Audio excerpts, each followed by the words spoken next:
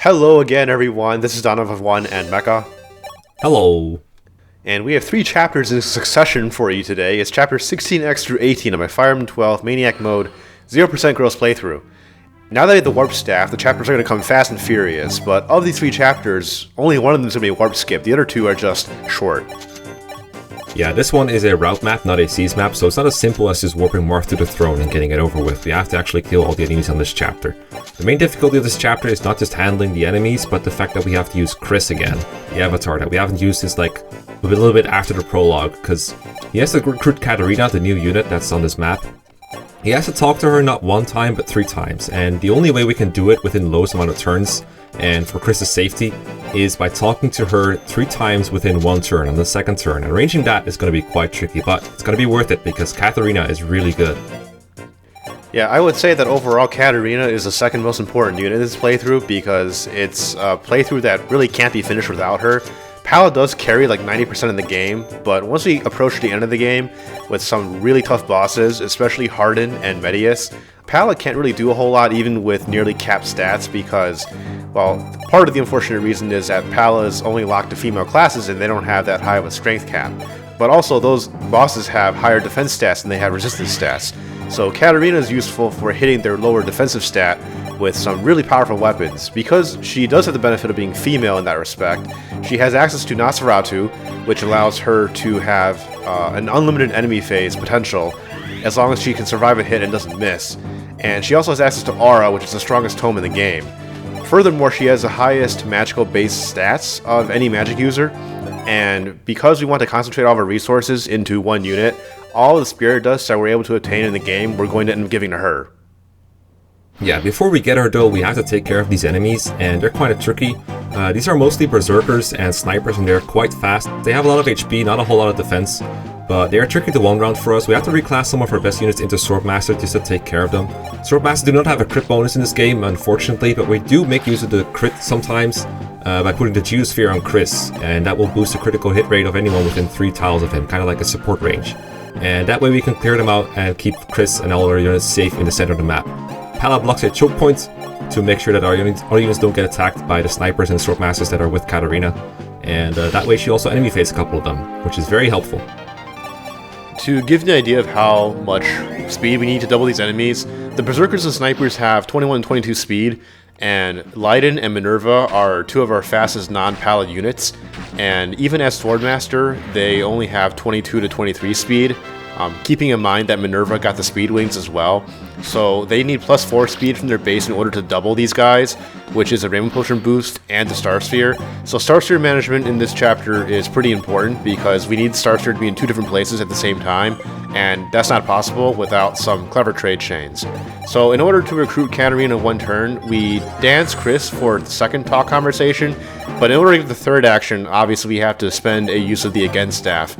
And after that, the rest of the chapter is pretty simple. We only have 2 snipers left over who could not attack the previous enemy phase because Katarina was blocking the 2-range attack spot. Even though Katarina has kind of a death wish, she still doesn't want to taste the metal of Palla's blade. So we can be thankful for that, and then we just end the chapter with a critical hit from Leiden. So that's chapter 16x, finished in 2 turns, and let's move on to chapter 17. Chapter 17 is another callback to Shadow Dragon with another reused map, so in the spirit of that, we are going to 1-turn this chapter, making full use of the Warp Staff. This is not as self-explanatory as it can sometimes be, because we have to visit a village to get a recruitable character, and then we also have to dance for Marth, and then after we warp him, we have to use an Again staff on him to make sure that he can actually seize the throne. So Tomas is totally worthless, but he's going to make us waste an Again staff to use just like that, which is kind of rude, but this is what you have to do in a complete recruitment playthrough. Julian also needs to use a warp to get to the door that hides the throne. If we don't open that door, we can't actually seize the chapter. So, shucks, but that's what we have to do. Normally the gimmick of this chapter is that you try to recruit Shima by leaving all the grass soldiers alive, all the unpromoted archers and soldiers on the map. And when you warp skip, that's pretty trivial. Normally you have to like walk through the castle kind of slowly and take care not to kill them, but thankfully they don't even move to attack you. They don't even attack you if you stand right next to them, so that makes it quite easy. But there's other promoted enemies about that could kill you, but obviously that's way too slow of a strategy for us. The funny thing about Shima though is if you talk to her to recruit her, and then you trade her some items like say the Light Sphere, If you then kill any of the enemy grass soldiers, she will defect again to an enemy, and then you lose access to those items so you can softlock yourself, which is kind of funny. She might also recruit Samson, the enemy hero. He's not that good, but he's get used exactly once in his playthrough, so I guess that makes him useful. And that is chapter 17 completed in one turn. Let's move on to chapter 18. After a succession of rehashed chapters from Shadow Dragon in chapters 15, 16, and 17, we finally get a map that's totally original to this game. It's chapter 18, and this is kind of an interesting chapter because Marth's army starts out in the middle of the map, and there are things going on the three sides that he's exposed to. So from the top, the army of the Kingdom of Aurelius being left by the Wolf Guard is going to attack him. All of the members of the Wolf Guard return in this game: Rocher, Violend, Sudger, and Wolf.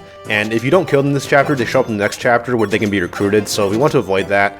But that's pretty easy because by visiting the village in the bottom left corner of the chapter, Marth talks to the King of Aurelius, and he orders the Wolf Guard to withdraw, so they will run away pretty much immediately.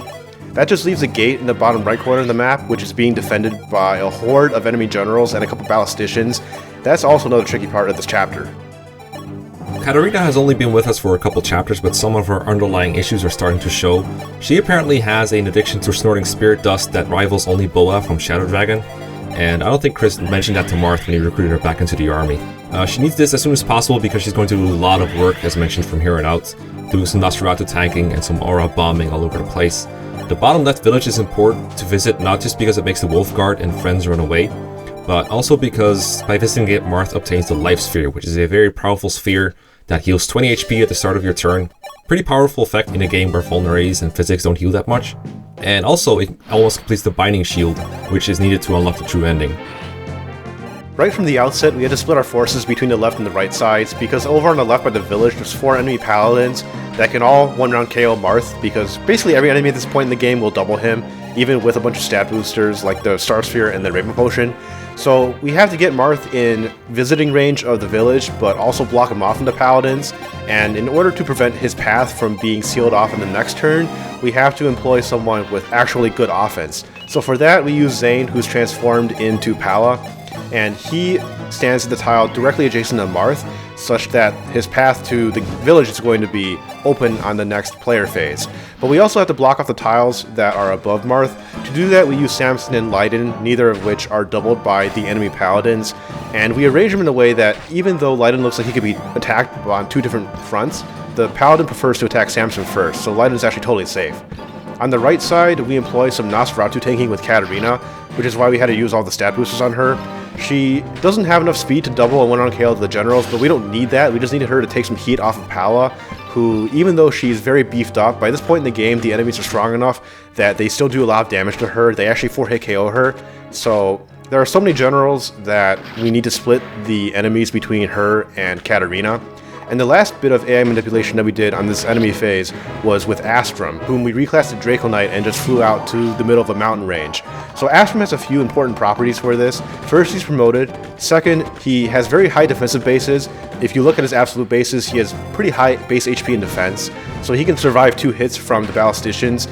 And the third thing is that he has very low base luck of 5. That allows him to face 2 crit from the ballisticians guaranteed, thus making him the top priority on the prior enemy phase. And that is okay because those ballisticians are not using aerospate, but they're using hoist flam, which is not effective against flyers. What is effective against flyers though is a general using a bow, which is why Palla is using a Iot shield. So now all we have left to do is kill a couple of enemies on our way and get a couple of items. We get a recover staff from a bishop that drops it. We get an arm scroll from the mountain range where we put one of our units. Katarina shows off the power of aura by one-shotting a ballistician with it. And from here we just have to transport Marth closer to here. For once, one of the fastest way to do that is to use the rescue staff instead of the warp staff. We have to kill the boss, who is just a generic general and not a real boss with a face, but the Thwomp takes care of him no matter what. And now all we have left to do is just dance for Marth and seize the chapter. So that is chapter 18, completed in 2 turns. We will see you next time. Peace.